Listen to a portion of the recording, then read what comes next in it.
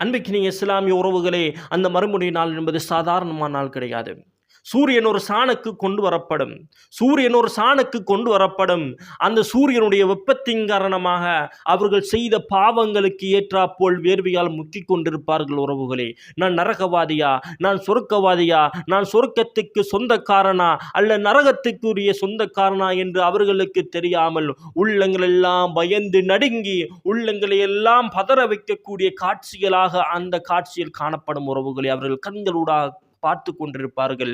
சூரத்துல் அபஸாவில் அல்லாஹு தஆலா கூறுகின்றான், யௌம யஃபிருல் மர்உ மின் அஹீஹி வ உம்மிஹி வ அபீஹி வ ஸாஹிபதிஹி வ பனீன் என்று சொல்கின்றான். அந்த நாளையிலே இந்த உலகத்திலே வாழ்கின்ற பொழுது ஒற்றுமையாக வாழ்ந்த மனிதன், இந்த உலகத்திலே வாழ்கின்ற பொழுது ஒரே தாயினுடைய வயிற்றிலே பிறந்த சகோதரர்கள் சகோதரிகள் தன்னுடைய சகோதரனை கண்டு ஏனைய சகோதரன் விரண்டோடுவான். தன்னுடைய கணவனை கண்டு மனைவி விரண்டோடுவாள். மனைவியை கண்டு கணவன் விரண்டோடுவான். உறவுகளை கண்டு இன்னொரு உறவுகள் விரண்டோடுவார்கள். அப்படியான அந்த தருணத்திலே அல்லாஹு தஆலா சிலருக்கு சொர்க்கத்தை சொர்க்கவாதி என்று அவர்களை நிச்சயிப்பான்.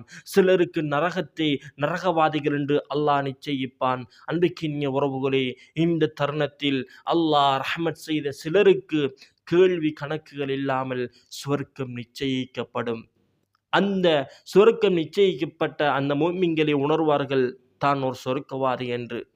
நான் சொர்க்கத்துக்கு செல்லக்கூடியவர் என்று அவர்கள் உணர்ந்ததன் பின்னால் அல்லாஹ்விடத்தில் விவாதிப்பார்கள் என்று அல்லாஹ்வின் தூதர் ஸல்லல்லாஹு அலைஹி வஸல்லம் அவர்கள் சொன்னார்கள். ஏன் இவர்களுடைய வாதம்? யாருக்காக வேண்டிய உறவுகளே? அல்லாஹு தஆலா அல் குர்ஆனில் கூறுகின்றான், வயக்ஃபிரு மா தூன ஸாலிக லிமன் யஷா. ஷிர்க் அல்லாத ஏனைய பாவங்களே அல்லாஹ் நாடியோர்களை என்ன செய்வான்? மன்னிப்பான். நாடியோர்களை செய்வான், மன்னிக்காமல் விடுவான். அந்த மறுமுனை நாளையில் இந்த உலகத்திலே வாழ்கின்ற பொழுதோ நன்மைகளையும் தீமைகளையும் ஒன்றுபட கலந்து செய்த மனிதனாக இருந்தால், அவனுடைய அமல்களில் அவனுடைய இபாதத்துகளில் நன்மையும் தீமையும் கலந்திருந்து இந்த உலகத்திலே வாழ்கின்ற பொழுது நன்மையும் தீமையும் கலந்து செய்து அந்த மறுமுனை நாளையில் அல்லாஹு தஆலா சிலர்களை மன்னிப்பான், சிலர்களை என்ன செய்வான்? நரகத்திற்கு உரியவர்கள் என்று நரகத்திற்கு அனுப்பி வைப்பான். இப்படிப்பட்ட இந்த நரகவாதிகளுக்காக வேண்டி, இப்படியான நரகவாதியான தன்னுடைய சகோதரனுக்காக வேண்டி இந்த முஃமினான சகோதரன் அல்லாஹ்விடத்தில் விவாதிப்பான். காலு, அல்லாஹ்வின் தூதர் சொன்னார்கள், இஹ்வானுனா, யா அல்லாஹ், இவர்கள் என்னுடைய சகோதரர்கள்.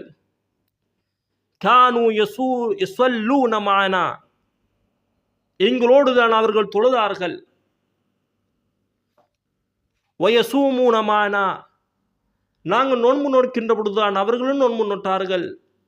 அவர்களும் ஜகாத் கொடுத்தார்கள், ஹஜ் செய்தார்கள், உம்ரா செய்தார்கள், உன்னுடைய ஏவலை எடுத்து நடந்தார்கள், விளக்கலை விட்டு முலகி நடந்தார்கள்.